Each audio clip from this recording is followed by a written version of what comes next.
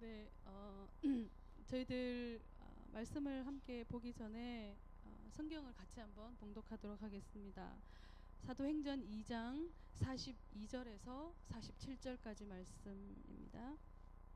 저희들 같이 많이 길지 않으니까 같이 합독하도록 하겠습니다.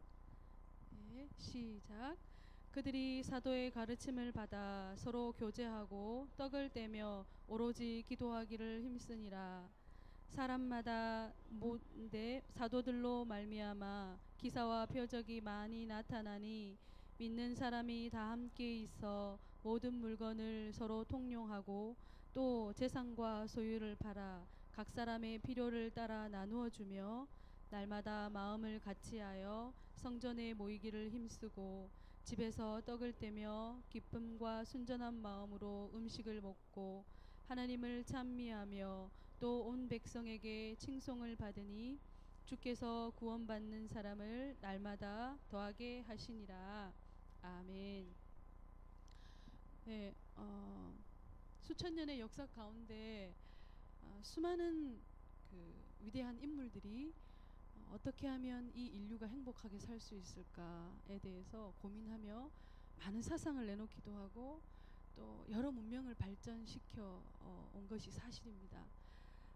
우리가 이제 오늘 함께 이 말씀을 나누면서 정말 진정한 인류 공동체의 행복과 번영과 진정한 복을 가져다 주는 것은 무엇인가에 대해서 좀 함께 보기를 원합니다. 혹시 PPT에 지금 뜨는데 이 사람이 누굴까요? 산타클로스는 아닙니다. 마자로 시작하는데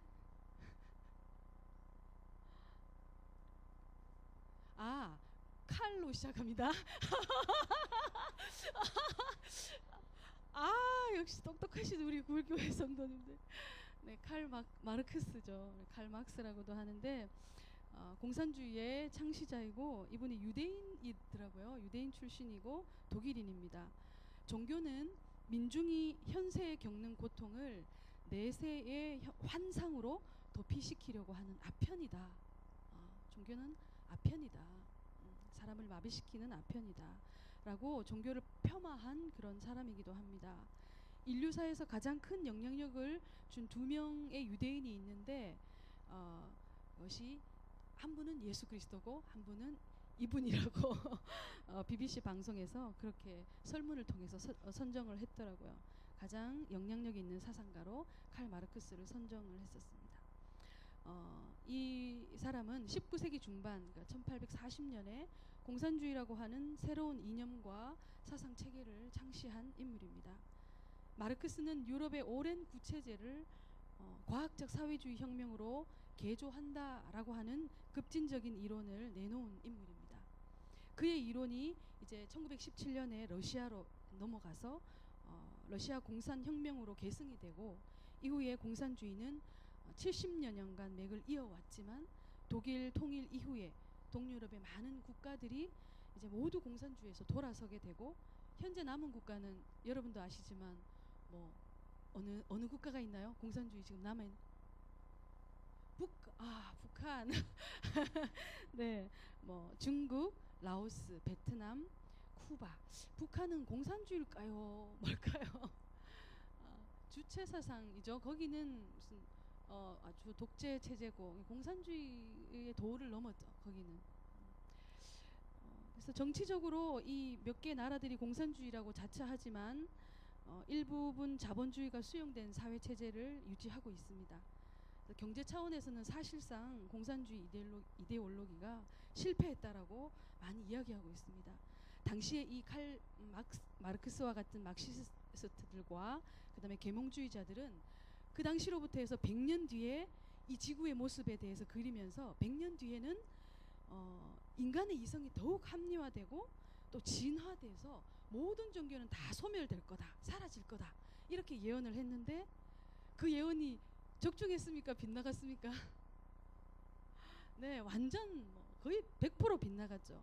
오늘날 이렇게 기술력이 발달되고 진보된 사회 가운데 우리가 살고 있지만 종교는 엄청나게 번성을 하고 있습니다. 더 급증하고 있고 오히려 더 많은 그 작은 신흥 종교들이 일어나고 있고 많은 사람들은 영적인 갈급함과 목마름에 허덕이고 있습니다. 종교는 철학과 사상과 이런 것은 소멸될 수 있지만 종교는 결코 소멸되지 않을 것입니다. 종교는 왜냐하면 인간의 본성, 종교성의 뿌리를 받고 있기 때문에 그렇습니다. 인간에게서 하나님의 형상과 하나님이 부여하신 이 창조 세계에 대한 대명령, 생육하고 번성하고 또 땅을 다스리라고 하는 이 대위임 명령이 제거되지 않는 한 종교는 소멸되지 않을 것입니다. 많은 대종교들에서도 이 지구의 많은 사람들이 행복하게 살고 그렇게 하기 위해서 그들의 나름의 구원의 그 길을 가기 위해서 노력하고 있습니다. 제가 최근에 친정을 다녀왔는데 저희 언니가 단학 선언에 좀 심취해 있어요. 저희 큰 언니가 몸이 많이 아파서 단학 선언에 가서 운동을 했는데 이제 거기에서 이제 운동을 하다 보면 사상을 듣게 되잖아요. 모든 것들을 단학의 선언은 에너지로 풀어가잖아요. 그래서 언니랑 저가 늘 만날 때마다 영적 전투, 그러니까 뭐 해결점이 없는 토론을 계속 벌이지만 저는 끊임없이 계속해서 언니에게 기독교적인 개념과 그 가치에 대해서 계속 이야기를 의도적으로 합니다. 그럴 때 언니가 믿을 거라고 생각은 하지 않지만 언니 가운데 있는 그 무신론적인 세계관이 아니면 다른 어떤 세계관이 제가 전하는 이 기독교적인 세계관으로 계속 들을 때 믿음은 들음에서 나잖아요. 그럴 때 어느 순간 딱 성령께서 원하시는 때에 언니 가운데 있는 세계관의 영적 그 균열이 오게 되고 그럴 때 제가 전했던 기독교 세계관이 언니 속에 파고들 수 있을 거라고 믿기 때문에 그렇습니다. 그래서 우리는 때를 얻든지 못 얻든지 복음을 전해야 하는 것입니다. 여러분들 공산주의가 무엇입니까? 사유재산제 대신에 개인의 재산을 공유시킴으로써 계급이 없는 평등한 사회를 이룩하려는 사상 운동이라고 정의합니다. 정말 이론적으로는 좋잖아요. 우리도 정말 이렇게 빈부격차와 계급이 있는 이런 사회에서 얼마나 많이 고통합니까? 근데 이론적으로는 참 좋지만 이 타락한 악한 인간의 본성상 자신의 소유를 맨정신으로 이렇게 내놓을 수 있을까요? 공산주의 사상을 받아들인 나라들은 여러분도 다 아시지만 피비린내 나는 무력과 혁명을 통해서 가진 자의 재산을 오히려 빼앗고 전쟁과 폭력을 통해서 또다시 민중을 더 억압하는 그런 역사들을 반복해 왔습니다. 그래서 우리가 역사를 통해서 배울 수 있는 것은 세계를 구원할 길은 아무리 좋은 사상이나 철학, 문명이 발전한다 할지라도 그것이 인간으로부터 생겨난 것은 반드시 명암이 생기기 마련이라는 것입니다. 문명이 발전되고 좋은 철학과 사상이 있어서 우리의 생명을 밝게 해주는 명의 영역이 있지만 또 한편에서는 반드시 어둠의 그 악의 어떤 그 영향력도 발휘가 된다는 것입니다. 그래서 반드시 인간에 의해서 만들어진 제도라든가 사상이라든가 이런 것들은 명암이 생기기 마련이라는 것입니다. 여러분도 잘 알다시피 18세기 산업혁명이 얼마나 인류의 삶의 풍요를 가져왔습니까? 그렇지만 그와 동시에 산업발전이 인간의 이 본성을 얼마나 황폐시키고 물질화시켰습니까? 그것이 지금까지 이렇게 이어져 오고 있잖아요. 그러나 오늘 우리가 읽은 사도행전 본문은 진정한 공산주의가 실현되는 모습을 보여주고 있습니다. 사도행전에 한 번 일어났던 일이 지금에도 이렇게 일어나리라는 것이 아니라 그 정신을 우리가 오늘 초대교회의 모습을 우리가 본받자라는 것입니다. 예수님께서 부활하시고 승천하신 뒤에 약속하시는 성령을 보내십니다. 승천하신 예수님의 말씀이 실현되기를 기다리면서 함께 모여서 기도하던 120명의 성도들에게 오순절날 성령께서 강력하게 임하십니다. 오순절 성령 강림으로 나타난 공동체의 모습은 마음과 뜻이 자연스럽게 하나가 되는 것이었습니다. 여기에서 자율적인 공산주의의 모습이 나타납니다. 성령이 각 사람 안에 임하시고 성령의 다스림을 받으니까 누가 그렇게 하라고 강요하지도 않았지만 서로의 물건을 개인적인 욕심 없이 내어놓고 모여진 물건들을 공동체 리더들이 각 사람의 필요에 따라서 나눠주는 말 그대로 공산주의적인 삶의 모습이 실현되고 있습니다. 마르크스가 주장했던 것처럼 어떤 이론적인 것을 배운 것도 아니고 어느 사상가에 의해서 조직적으로 시행된 것도 아닙니다. 오늘 오늘의 이 본문은 다만 성령께서 역사하시고 성령께서 주시는 하나됨이라고 하는 그 기초 위에서 자발적으로 자연스럽게 일어난 변화라는 것입니다. 우리가 그러면 좀 더 체계적으로 이제 구체적으로 성령이 충만하게 임하신 초기 기독교 공동체의 모습의 특징에 대해서 함께 살펴보겠습니다. 저희들 2장 42절을 한번 읽어보겠습니다. 같이 시작. 그들이 사도의 가르침을 받아 서로 교제하고 떡을 떼며 오로지 기도하기를 힘쓰니라. 네 가지 어떤 모습이 여기서 나옵니까? 한번 금방 찾으실 수 있죠. 자, 뭐 첫 번째가 뭡니까?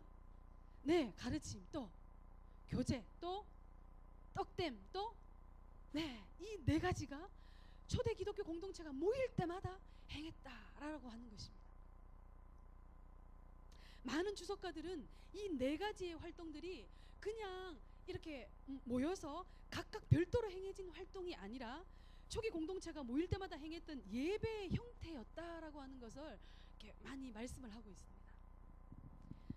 이들은 이 네 가지를 모일 때마다 이 성경에 보면은 힘쓰니라라고 돼 있잖아요. 힘써서 행했다라고 나옵니다. 우리말 번역에는 오로지 기도하기를 힘쓰니라 이렇게 나오잖아요. 그래서 우리말 번역에는 기도에만 힘쓴 것으로 이렇게 나와 있지만 헬라어 원문의 본문 구조를 살펴보면 그들이 힘쓴 것은 기도만이 아니었다라는 것입니다. 이게 어렵지만 좀 프로스카르테류라고 하는 이 동사가 앞쪽에 이렇게 놓여져서 네 가지 활동 모두를 이렇게 받고 있습니다. 그래서 이 동사의 뜻은 집중하다, 몰두하기를 계속해서 하다라고 하는 그런 동작의 의미를 갖고 있습니다. 그래서 가르치는 것과 교제하는 것과 떡을 떼는 것과 기도하는 것을 전심으로 몰두하면서 집중했다라고 하는 그런 구절입니다. 성령이 역사하시는 공동체는 자연스럽게 이 네 가지 활동이 반드시 일어날 수밖에 없다라고 하는 것을 오늘 이 초기 교회의 성령이 말 때 우리에게 말씀해 주고 계십니다. 말씀이 가르쳐졌고 또 성도의 교제가 일어나고 성찬이 있고 기도하는 일에 집중하는, 정말 매진하는, 몰두하는 그 일이 일어났다라고 하는 것입니다. 그래서 우리가 첫 번째 이제 사도의 가르침에 대해서 우리가 함께 좀 더 살펴보면서 우리가 적용하기 원합니다. 이 공동체에서 가장 먼저 성령이 충만한 공동체에서 이루어지고 있는 것은 사도들의 가르침입니다. 초기 공동체에서는 사도들의 가르침이 필수적인 요소로 모든 곳에서 등장합니다. 왜냐하면 계속해서 핍박이 오잖아요. 계속해서 유대 공동체로부터도 이들이 분리되어지는 그런 아픔을 겪고 계속해서 로마로부터의 고통이 있기 때문에 이들이 쓸 수 있는 것은 말씀밖에 없는 거예요. 이제 승천하신 예수님의 그 말씀을 계속해서 무슨 책이 있는 것도 아니잖아요. 그죠? 뭐 구약 성경 두루마리로 회당에 가야만 읽을 수 있고, 그러니까 계속해서 이들은 모여서 그것을 예수님의 하신 말씀들을 기억하고 또 기억하고 그것을 구전하고 이렇게 하는 일들을, 그래서 사도들은 가장 중요한 것은 예수님의 말씀을 계속해서 가르쳤다라는 것입니다. 늘 교회라는 공동체에서 이루어지고 있었던 것은 말씀을 가르치는 일이었습니다. 그렇다면 사도들은 무엇을 가르치고 전했을까요? 이 원문에 보면 사도들은 이라고 복수로 되어 있지만 가르침이라고 하는 것은 단수로 표현되어 있어요. 그러니까 여러 사도들이 가르쳤지만 가르침의 내용은 하나였다라고 하는 것을 이 원문은 보여주고 있거든요. 그 가르침의 내용은 무엇이었는가? 그들이 공통적으로 그들이 예수님이 살아계셨을 때 그들의 눈으로 목격한 그때 제자로 있을 때 예수님이 공생의 기간에 가르치신 내용들, 그 다음에 예수의 죽으심, 그리고 그분의 부활하심, 승천, 그리고 성령이 부으심, 다 모두 예수 그리스도와 관련된 이야기였다는 것입니다. 결국 성령의 부으심의 결과는 예수님의 이야기를 하고 그리고 그 이야기를 전하는 것으로 하나를 이룬다라고 하는 것입니다. 지금도 이 지구상 어딘가에서는 이 하나님의 말씀, 이 예수 그리스도의 말씀을 하나라도 더 배우기 위해서 목숨을 거는 성도들이 많습니다. 다친 선교 현장을 방문하고 갓 돌아오신 선교사님이나 또 목사님들의 그 이야기를 들으면 여러분들 정신이 번쩍 들잖아요. 그래서 저도 한 번씩 이렇게 막 무뎌질 때마다 선교 현장에 다녀온 선교사님들, 안식년으로 들어온 선교사님들 이야기를 막 찾아서 들으려고 해요. 우리가 여러분들 많은 선교사님들의 간증을 이렇게 들으시면 생각이 나요. 특히 이제 중국 같은 경우에 닫혀진 지역이잖아요. 두꺼운 커튼으로 가려진 어둑한 방 안에 인근 여러 교회에서 모여든 수십 명의 지도자들이 차가운 맨바닥에 그냥 둘러 앉아서 성경을 보고 있는 장면을 한번 생각해 보십시오. 공안에 들킬까봐 불도 켜지 못하고 두꺼운 커튼으로 다 가리고 무슨 책상도 없어요. 그냥 맨바닥에 그 차가운 바닥에 이렇게 앉아서 한 20명 남짓 이렇게 앉아있는 그 장면을 한번 그려보십시오.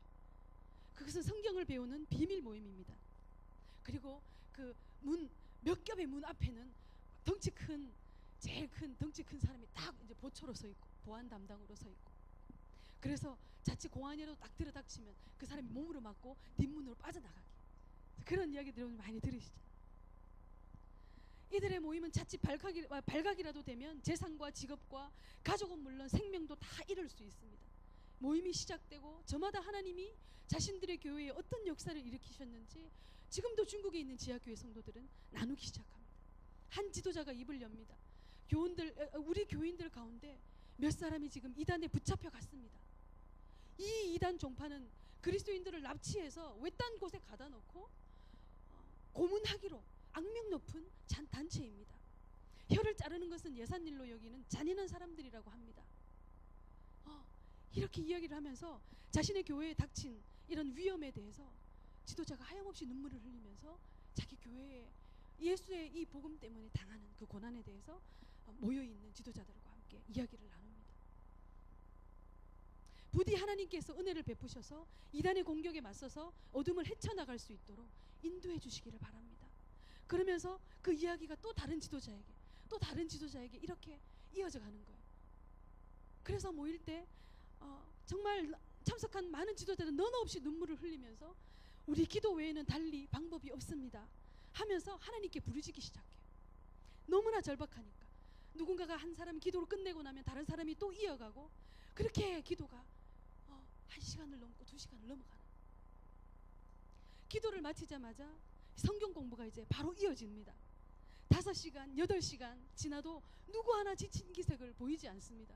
제가 중국에 여러 차례를 갔는데요, 저는 이렇게 제가 성경을 가르칠 수 있는 능력이 안 되기 때문에 아직까지 저는 예배하는 곳을 많이 봤어요. 정말 중국 성도들은 기도를 오래 해요. 그냥 대표 기도도 정말 오래 합니다.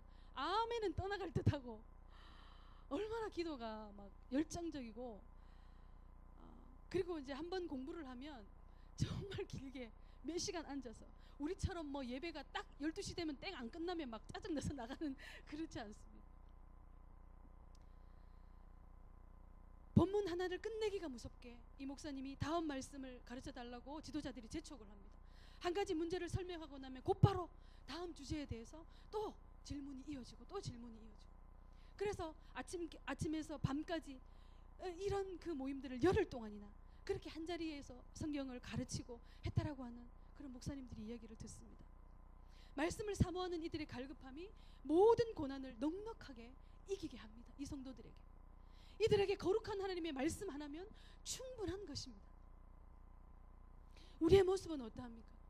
말씀을 배우고 가르치고 또 말씀대로 살기 위해서 우리가 정말 얼마나 분투하고 있는지, 24시간 우리의 일상의 삶에서 말씀을 읽고 그 말씀으로 성도들을 권면하고 이렇게 세우며 말씀대로 살아보려고 우리가 얼마나 씨름하고 계신지, 주요한 직분을 맡은 우리의 성도님들, 또 여기에 사랑방 리더들, 그리고 교사들, 교회에 우리에게 붙여주신 이 양떼들, 이 영혼들에게 말씀을 먹이고 또 이들이 말씀을 배우는 자리에 설 수 있도록, 또 예배하는 자리에 설 수 있도록 우리는 정말 분투하면서 기도해야 됩니다.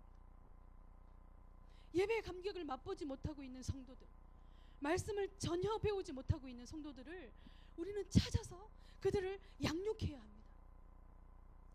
사랑하는 여러분, 교회에 많은 일들이 있지만 제가 좁은 소견으로는 가장 중요한 일은 말씀을 가르치고 배우고 말씀대로 성도들을 살도록 세우는 일이라고 믿습니다. 이 사역이 정말 가장 시급한 일입니다. 한 명이라도 좋습니다. 사랑방으로 만날 때마다 말씀으로 세우시기 바랍니다. 1대1 제자를 양육하십시오. 저는 지난주 수요일 날 새가족 공부를 몇 주에 걸쳐서 한 성도 오영복이라고 하는 성도와 새가족 교육을 끝냈습니다. 그 형제가 대명동에 사는데 자전거를 타고 수요에 저와 새가족 공부를 하기 위해서 빠짐없이 나옵니다. 저보다 더 일찍. 제가 좋아서 나오는 건지는 모르겠죠. 아니, 농담입니다. 하나님께서 1대1로 나누는 그 대화 속에 그 형제의 마음을 여시고 또 저의 마음도 여시고 그냥 그 모임이 좋아요. 그리고 마지막 날 공부를 끝마치고 두 남자 찜닭에 가서 찜닭을 사주니까 너무 좋아하는 거예요. 다음번에 진섭 형제랑 태호 형제도 끝나면 이걸 사줄 거예요? 묻는 거예요. 그때 형제도 와 다시 제가 이렇게 얘기를 하면서 저는 막 한 명이라도 말씀을 막 가르치기 좋아요. 제가 잘 가르쳐서가 아니라 그 일이 그냥 가장 보람되고 기쁜 것 같아요. 정말 한 명이라도 사랑방으로 만날 때마다 말씀으로 세우십시오. 1대1 제자 양육을 하십시오.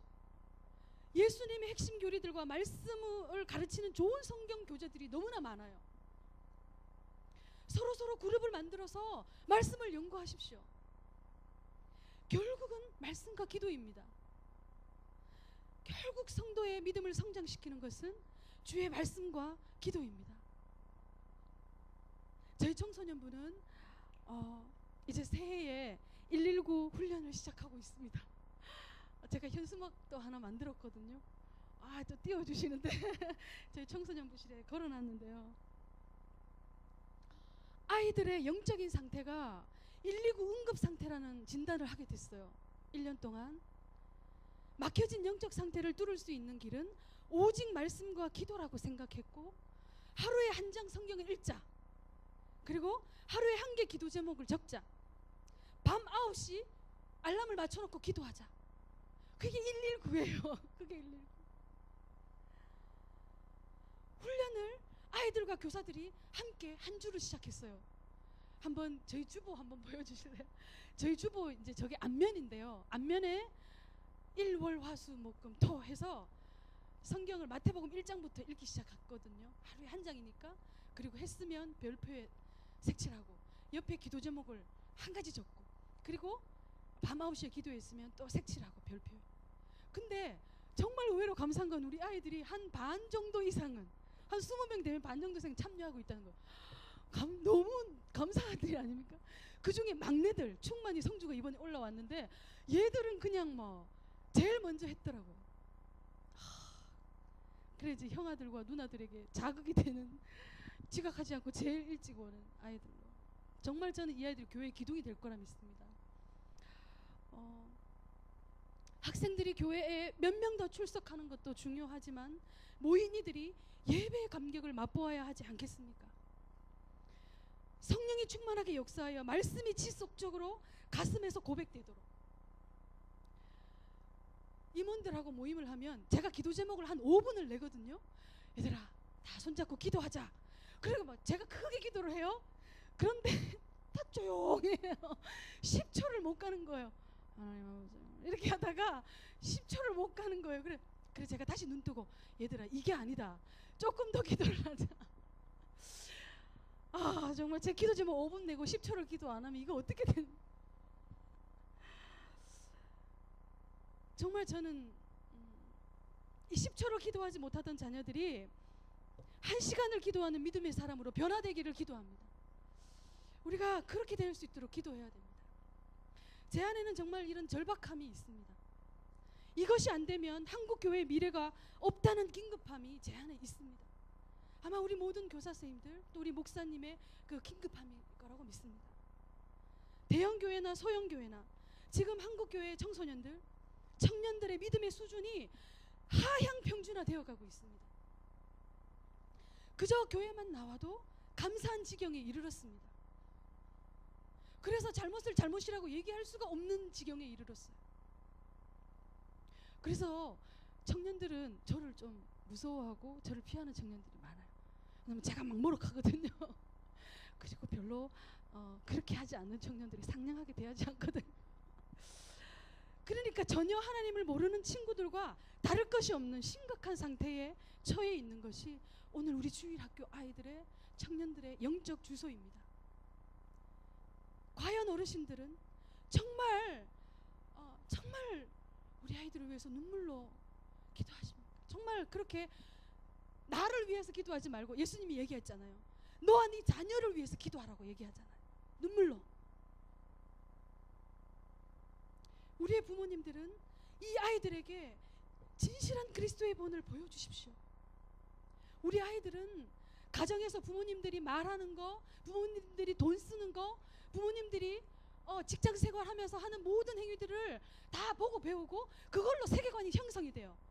세계관이라고 하는 것은 일자무식 할머니도 다 형성이 되는 거거든요. 우리나라에서 살아가면 우리나라 사람들은 권성징악의 세계관이 다 형성됐어요. 그거는 무슨 지식으로 얻는 게 아닙니다. 우리 문화권에 살다 보면 당연하게 그런 세계관이, 우리는 얼마나 현세주의적입니까? 무교가 바탕이 돼 있기 때문에. 그래서 정말 우리 믿는 부모님들은 우리 아이들이 보고 있다는 것을 기억해 주시고 정말 그리스도의 본을 가정에서 보여주십시오. 그래야만 아이들이 교회는 나오지만 세속적 세계관에 빠지지 않습니다. 정말 기독교적인 세계관으로 부모님의 모습을 자연스럽게 보고 닮을 수 있도록. 우리의 성도님들은 어떻습니까? 주일 예배, 이 대예배 한 번의 말씀으로 여러분 어찌 배가 찹니까? 우리 육체도 하루 삼시세끼를 먹어야 하는데 하물며 온갖 유혹과 방해가 많은 이 영적 세계에서 어떻게 말씀 없이 우리가 영적으로 건강할 수 있습니까? 안락한 삶에 길들여지면 안 됩니다. 사랑방원들에게 서로 간의 영적인 자극을 계속해서 주어야 합니다. 예수님의 말씀이 얼마나 과격하며 급진적인지 아시죠? 궁극적인 예수님의 그 목표는 너를 포기하고 나를 따르라는 명령입니다. 변명을 버리고 주님을 뒤따를 것을 촉구하고 계십니다. 내가 지금 얼마나 핑계가 많고 얼마나 변명이 많은지를 돌아보십시다. 말씀과 정면으로 부딪히는 이 세상의 가치관과 사고방식이 오늘 저와 여러분을, 우리의 성도들의 신앙을 깊은 잠으로 빠뜨리고 있습니다. 이것은 우리 구일교회만이 아니라 한국교회 전체가 하향 평준화되어 가고 있습니다. 성경에 있는 그대로의 예수님의 말씀이 아니라 현재 그냥 내가 편하게 받아들일 수 있는 인간 중심의 예수를 내가 그냥 만들어버리는 것입니다. 새해 첫달 처음부터 우리는 마음을 단단히 하여 말씀을 가까이 할 수 있도록 정말 하나님 앞에 기도하면서 방법들을 생각해 보시고 어찌하든지 우리 사랑방원들을, 아니면 우리의 팀원들을, 아니면 우리의 아이들을 어떻게 하면 말씀으로 먹일까를 리더들은 생각하셔야 됩니다. 어찌하든지 우리 영이 잠자지 않도록, 적당히 타협하지 못하도록 우리는 분투해야 합니다. 정직하게 나와 우리의 가족과 우리 교회의 영적 상태를 보아야만 하나님의 말씀이 들립니다. 주님, 지금 저와 우리 교회에 무엇을 말씀하십니까? 라고 묻는 동시에 그러면 어떻게 할까요, 주님? 질문해야 됩니다. 성령의 충만한 임재가 우리의 자신과 가정과 교회 공동체에 임하기를 정말 우리는 분투하며 기도해야 됩니다. 결국은 성령께서 하시는 일이거든요. 두 번째의 활동은 교제입니다. 교제. 헬라어로 코이노니아라고 하는 말인데 이 말은 단순히 친하게 지내거나 다른 사람에게 무엇을 나누어 주는 정도의 그런 의미가 아닙니다. 성경에서 말하는 코이노니아라고 하는 것은 그렇다고 뭐 그런 의미를 아예 가지고 있지 않은 것은 아닙니다. 그보다도 더 높은 차원의 의미를 담고 있습니다. 신약 성경 전반에서 사용되어지는 이 단어의 의미는 하나의 공통된 무엇에 같은 마음으로 참여하다라는 의미가 있습니다. 다 하나예요, 하나. 우리가 기존에 생각하는 나눔은 어떤 것입니까? 나에게 사과가 2개가 있는데 그 중에 하나를 누군가에게 줬어요. 그걸 줬다고 할지라도 내 것이라고 하는 정체성이 남아 있어요. 내 거 2개 있는 거 내가 너한테 나누어 줬어. 그건 내가 준 거야 라고 하는 정체성이 우리 의인식 중에 남아 있는 것입니다. 우리가 일반적으로 생각하는 나눔은.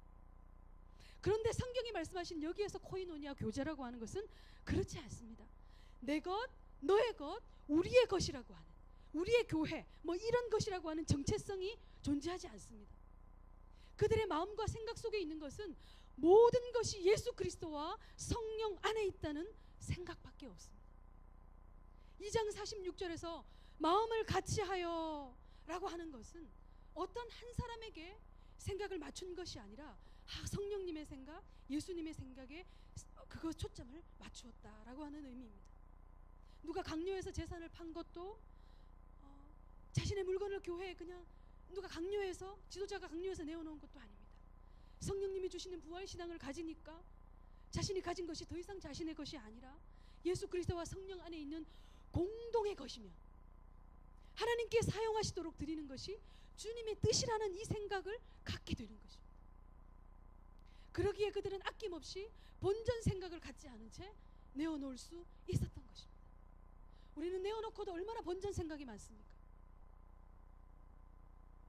이전에 교회에서 섬길 때 저는 선교부에서 오랫동안 간사로 사역했습니다. 10년간. 정말 진정한 나눔이 무엇인지를 가르쳐주는 성령으로 충만한 성도들을 몇몇 보았습니다. 한 권사님은 남편이 교회 나가는 걸 별로 좋아하지 않으세요. 그런데도 뭐가 그리 좋은지 굳이 자기가 연세가 뭐 지금은 한 80이 다 돼가시죠. 70대 후반이니까. 그런데도 교회 주방일을 그 당시에 막 목요 급식이며 이런 일들을 앞장서서 감당하시고 틈틈이 폐지를 주어요. 폐지를. 아들이 중국에서 회사를 하는데 아들이 잘해요. 잘 살아요. 그렇게 못 사는 할머니는 아닌데 이 절약이 몸에 배신 거예요. 그래서 폐지를 주고 참기름을 짜고 이렇게 해서, 그리고 아들이 중국에서 주는 용돈 그거를 꼬깃꼬깃 모아가지고 500만 원짜리 통장을 만들었어요. 그거를 제한테 갖고 왔어요. 제가 성교 간사를 오래 하고 많은 성교지를 아니까, 간사님 이것 좀 교회 개척하는 데 써달라고. 정말 그래서 이게 종잣돈이 돼서 저희 교회 중국에 장춘에 파송한 선교사님이 벌써 3개의 교회를 세웠고 4개의 교회를 개척해야 되는데, 그 현지 교회, 가급적이면 현지 교회 성도들을 이렇게 하는데 너무 현지 교회가 가난하니까 우리의 도움이 필요한 거예요. 파송교회. 그래서 이분이 500만 원을 내니까 사람들이 십시일반해서 몇 천만 원이 된 거예요. 그렇게 해서 중국에 보내고 그 모든 정황들을 제가 다 교회에 보고하고 그렇게 하면서 정말 코이노니아가 일어났습니다. 이 할머니는 정말 열정적으로 교회를 개척하는 그 사명, 자기는 나가서 못하지만 나는 이 폐지를 주어서 모은 이 돈으로 난 죽을 때까지 교회가 개척하는 데 있다면 나는 돈을 내겠다. 그래가지고 이분 그 다음에도 돈을 내셨어요. 또 뭐 지역에 우리 농어촌에 정말 어려운 목회자들 많잖아요. 몇 분이나 자기가 개인적으로 헌금하고 있고. 신학교에 와서 보니까 정말 어려운 학생들이 참 많습니다. 어떤 전도사님은 자기도 참 빠듯한데 월급 외에 이렇게 교회 성도님들이 찔러주는 돈, 아니면 어떻게 해서 들어온 돈, 뭐 설교에서 그거를 통장에 모아둬요. 그랬다가 신학생들이나 교수님들이나 어려운 사람들의 밥도 사주고 이렇게 선물도 해주고 그런 분이 계세요. 너무 정말 제가 도전을 많이 받아요. 참 아름다운 나눔을 실천하는 동료를 만나게 됩니다. 우리 교회 안에도 남모르게 자신의 월급을 쪼개서 그 사람을 도와주는데, 정작 그 사람 같은 교회에 있지만 이 사람이 자기를 도와주는지 모를 정도로 그렇게 무명으로 헌금하면서 누군가를 도와주는 성도들이 우리 교회에도 얼마나 많습니까? 물질이 진정한 가치를 발휘할 때는 언제인 줄 아십니까? 흘려보낼 때입니다. 고여 있으면 썩게 됩니다. 내가 낸 돈이 어찌 되었나 찾으려 하지 말고 꾸준하게 흘려보내십시오. 누군가는 그 떠내려온 떡을 먹고 생명을 부지합니다. 저는 우리 교회의 재정이 정말 꼭 필요한 곳에 흘러가고, 그래서 누군가의 생명을 살려낼 수 있기를 소망합니다. 물질에 대하여 주님의 명령은 단호합니다. 부자 청년의 이야기를 하시잖아요. 주님은 어찌해야 주님 영생을 제가 얻을 수 있겠습니까? 라고 묻는 청년에게 주님은 생뚱맞으면서도 단호한 대답을 합니다. 가서 네가 있는 거 다 팔아서 가난한 자들에게 줘. 그리고 그러면 하늘에서 네게 보화가 있어. 그리고 너는 와서 나를 따르라 라고 얘기합니다. 얼마나 과격한 말씀입니까? 저는 우리 교회 성도들 가운데 자신의 재산을 가난한 자들을 돕거나 또 도움이 절실한 해외 영혼들을 이렇게 찾아 나서는 정말 비거주 선교사, 여기에 직장을 두고 있지만 정말 휴가를 받아서 선교지를 가면서 그런 사람들을 찾아내고 발굴하고 그런 사람들이 우리 교회 가운데 많아지기를, 지금도 있지만 더 많아지기를 바랍니다. 기업하시는 분은 그 회사를 통해서 상처 입은 자들을 지원하는 일, 북한 세터민을 돌아보는 일들을 하시기 바랍니다. 저는 그 이전에 교회에 있을 때 교회 안에 북한 기도회를 만들었어요.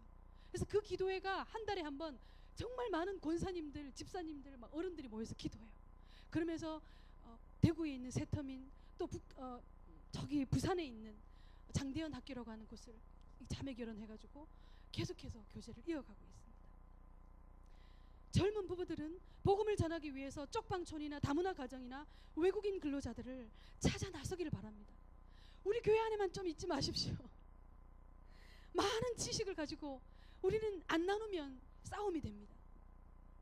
계속해서 흘려보내고 내가 누군가를 도울 수 있는 사람에게 가르치고 그것은 내 지식을 흘려보내고 물질을 흘려보내야 됩니다.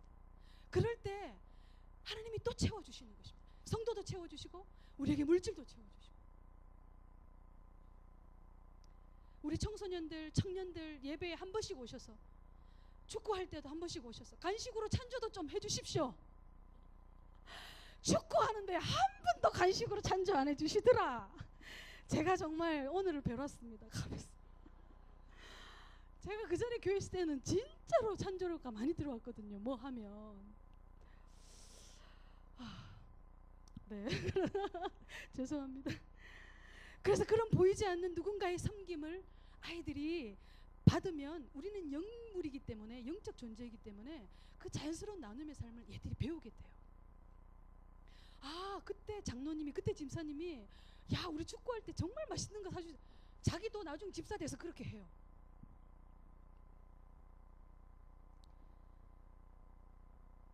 내 건 네 건 너무 구분하지 말고 주님의 것임을 고백하면서 흘려보냅시다. 우리가 받은 모든 것들은 그 자체가 복이 아니라 예수 그리스도와 성령 안에서 함께 나눌 때 더 큰 기쁨과 복으로 되돌아온다는 것이 성경의 진리라는 것을 우리가 잊지 마시기 바랍니다. 네, 떡댐과 기도는 또 간략하게 제가 넘어가겠습니다. 떡댐은 그리스도 초기 성도들은 모여서 예배할 때마다 성찬과 애찬의 시간을 이렇게 가졌습니다. 예수님의 죽으심을 기념했습니다. 종교개혁의 핵심 인물은 칼빈이잖아요. 칼빈.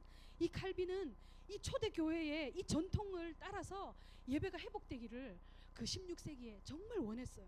그래서 참된 교회가 되기 위해서는 한쪽에서는 하나님의 말씀이 선포되어지고 한쪽에서는 성찬이 일어나야 된다라고 강력하게 주장했어요.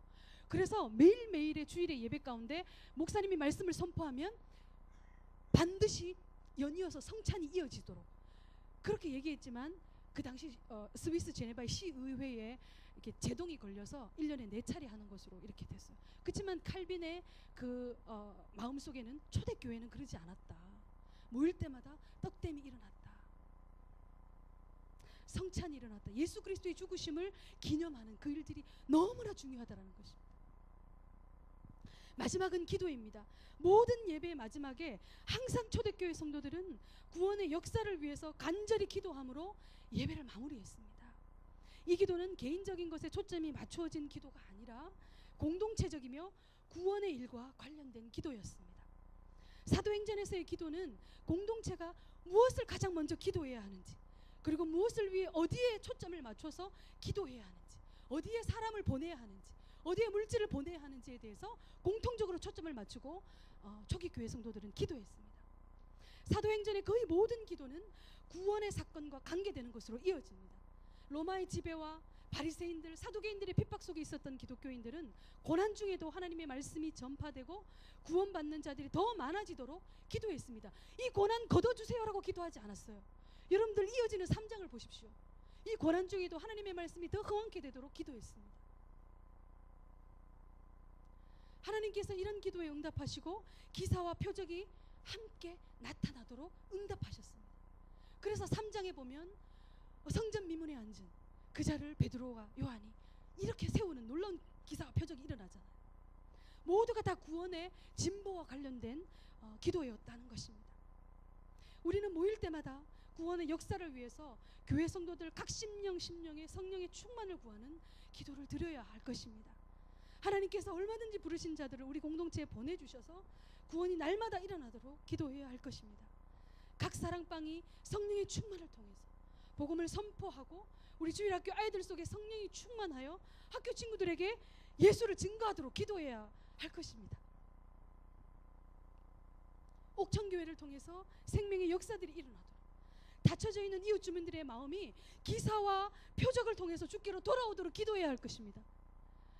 이것을 위해서 정말 우린 금식하며 기도할 때 그 옥천 땅에 기사와 표적이 일어날 줄 믿습니다. 구원의 진보가 있는 곳에는 기사와 표적이 반드시 일어나는 것을 사도행전은 우리에게 말씀하거든요. 기사와 표적이 아무렇게나 일어나지 않습니다. 반드시 구원의 구속사의 진보와 관련되어지는 일에 방언이 일어났고 치유가 일어났고 여러 가지 기사와 표적이 일어났다는 것입니다. 우리는 중국과 인도네시아의 파송 선교사님들이 그냥 그 속에서 잘 살기만을 기도할 것이 아니라 정말 성령의 나타나심으로 만나는 그 영혼들이 주께로 돌아오도록 기도해야 할 것입니다. 정말 이 기도가 강력한 기도가 여기에서 필요해요. 그냥 집을 잘 구하게 해주세요. 아이들 학교 잘 가게 해주세요. 그 수준의 기도를 뛰어넘어야 돼요. 정말 우리 교회 파송한 교회 성도들은 책임이 있어요. 성령의 나타나심으로 그들 영혼들 속에 기사와 표적이 일어나도록. 우리 반가운 선교사님은 밤잠을 사실은 못 자요. 거의 10년이 다 돼가는데 한 명의 개종자도 없습니다. 얼마나 그게 선교사에게 늘 가시와 같은 줄 아십니까? 정말 여러분들 한 명의 성도가 주께로 돌아오면 20년 사역 모든 것 다 수많은 수고 다 날아가 버립니다. 한 영혼이 천하보다 귀하다 했거든요. 근데 한 영혼이 안 돌아오는 거예요. 애가 타죠. 정말 그래서 만나는 그 이웃들에게 성령의 나타나심으로 그들의 심령이 영적 지각 변동을 일으켜 달라고 우리는 기도해야 돼요. 이 일은 우리 공동체가 예배로 모일 때마다 구해야 할 공동체적인 기도인 것입니다. 여러분, 제가 목사님은 아니기 때문에 제가 말씀드릴게요. 부교육자는 그냥 제가 담대함으로 금요기도에 좀 나오십시오. 제가 작년에 왔을 때는 금요기도에 사람이 많았거든요. 근데 계속해서 금요기도에 사람이 줄어들어요. 성령이 충만한 공동체는 기도가 살아있거든요. 기도가 죽어간다는 것은 우리 공동체의 성령 역사하시지 않는다는 것입니다. 기도할 때 주일에 하나님 예수님의 말씀이 그게 생명으로 들려지지, 기도하지 않으면 목사님 말씀 그냥 좋은 이론적 말씀 끝나버려요. 혼자 기도해야 할 제목이 있고 공동체적으로 합심해서 힘써서 기도해야 할 제목이 있습니다.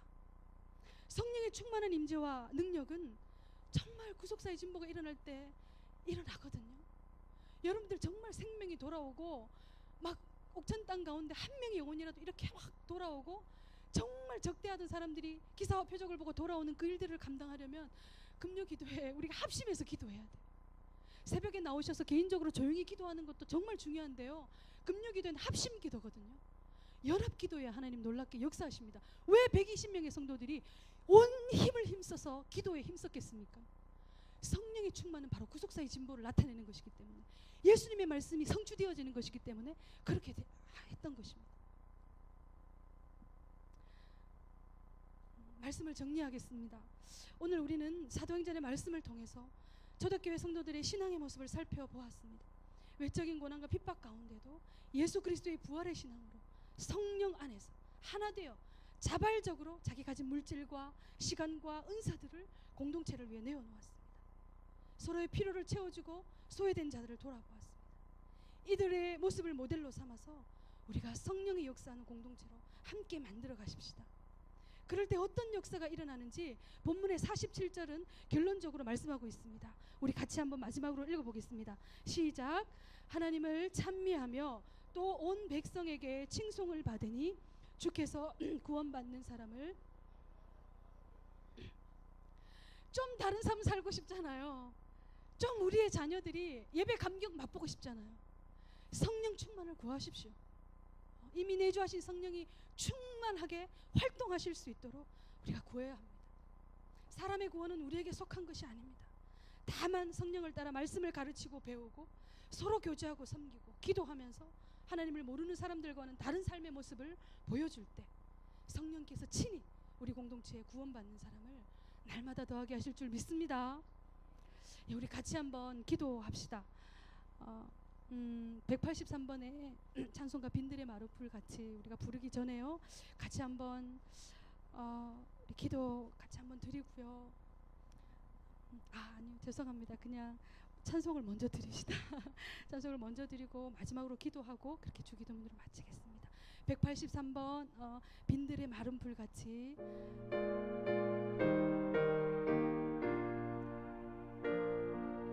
조금 더 당겨서 하겠습니다. 빈들의 마른 풀 같이 시들은 나의 영혼, 주님이 약속한 성령 간절히 기다리네. 가물어 메마른 땅에 단비를 내리시는 성령의 단비를 부어 새 생명 주옵소서. 반가운 빗소리 들려 산천이 춤을 추네. 봄비로 내리는 성령 내게도 주옵소서. 아멘. 가물어 메마른 땅에 단비를 내리시는 성령의 단비를 부어 새 생명 주옵소서.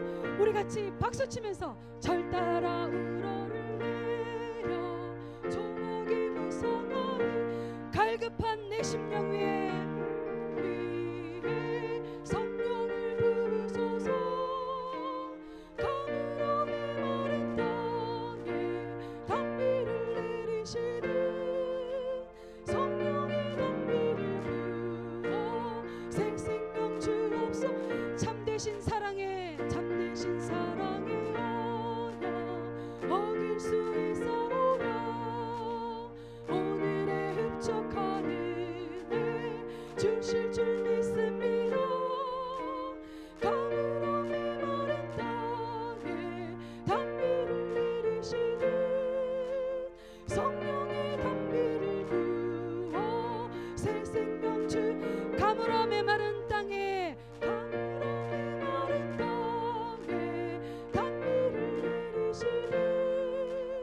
성령의 단비를 부어 새 생명 주옵소서. 아멘. 성령님은 우리를 도우시는 보혜사입니다. 인격적이신 분이십니다. 우리가 인격적으로 그분을 간절히 구할 때 하나님 우리에게 역사하십니다. 문을 두드리고 계십니다. 우리의 마음의 인격의 문을 활짝 열기를 주님은 오늘도 기다리고 계십니다. 주님, 내가 빈들의 마른 풀같이 바짝 말라 있습니다. 가물어 메마른 제 심령 위에 성령의 단비 부어주시옵소서. 하나님, 제가 성령으로 충만해져야 되겠습니다. 하나님, 이제 새해를 시작하는 첫달 성령님 저를 살려주시옵소서라고 우리 자신을 위해서 먼저 기도하시고요. 그리고 성령님 우리 공동체를 성령으로 하나 되게 하여 주시옵소서라고 기도합시다. 말씀의 가르침과 교제와 성찬과 기도가 성령의 충만한 가운데 뜨겁게 일어나고 자발적으로 일어나는 교회가 되게 하여 주시옵소서라고 옥천 땅과 중국 땅과 인도네시아 있는 땅의 영혼들을 위하여, 선교사님들을 위하여 우리 주여 같이 한번 부르고 좀 같이 합심해서 기도하겠습니다. 같이 기도합시다. 주여, 주님, 하나님 아버지, 주께서 사랑하는 하나님, 우리의 귀한 아버지 하나님, 성도들 한 심령 한 심령 위에 하나님 성령의 아버지 하나님 단비를 부어주시옵소서.